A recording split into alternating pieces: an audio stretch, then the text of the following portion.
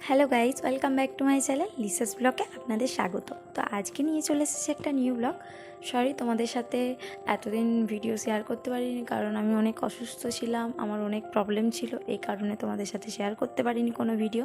তো আজকে আমি একটা রেসিপি নিয়ে চলে এসেছি, তোমরা পুরো ভিডিওটা দেখতে থাকো। তো আজকে আমি কি বানাতে চলেছি সেটা তোমরা দেখতেই পাচ্ছ, তো পুরো ভিডিওটা দেখতে থাকো। আজ চকলেট ফ্লেভারের কেক বানাবো। তো চকলেট ফ্লেভার কেক বানানোর জন্য কি কি লাগে সেটা পুরোটাই তোমাদের সাথে শেয়ার করব। তো প্রথমেই আমি দিয়ে দিয়েছি 1 কাপ চিনির গুঁড়ো, আর তার আগে দিয়েছিলাম ডিমটা প্রথমে দিয়ে ভালো করে ফাটিয়ে নিতে হবে যতক্ষণ না সাদা হয়, কিন্তু মানে সাদা হয় যতক্ষণ না। তারপর দিয়ে দিতে হবে 1 কাপ চিনি। তো তারপর ডোটাকে ভালো করে ফাটিয়ে নিতে হবে। তো আমি আজকে কোকো পাউডার দিয়ে বানাতে চলেছি। তোমরা যদি দোকানে কোকো পাউডার না পাও, তাহলে কোকো পাউডারের জায়গায় চকলেট বিস্কুটও অ্যাড করতে পারো।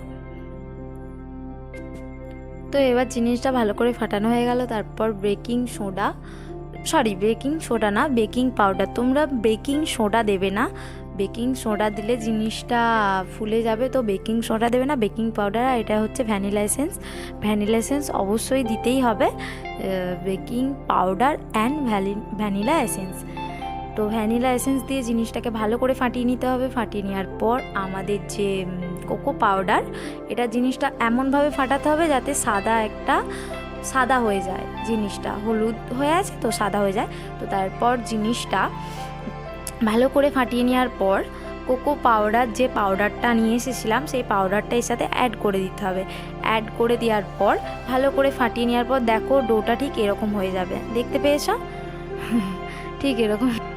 তো এই ডোটা পাতলা হয়ে যাবে। তার আগে যে আমি 1 বাটি দিয়েছিলাম, ওটা হচ্ছে 1 বাটি রিফাইন্ড অয়েল। তো 1 বাটি রিফাইন্ড অয়েল দিতে হবে। তার সাথে দিতে হবে লিকুইড দুধ।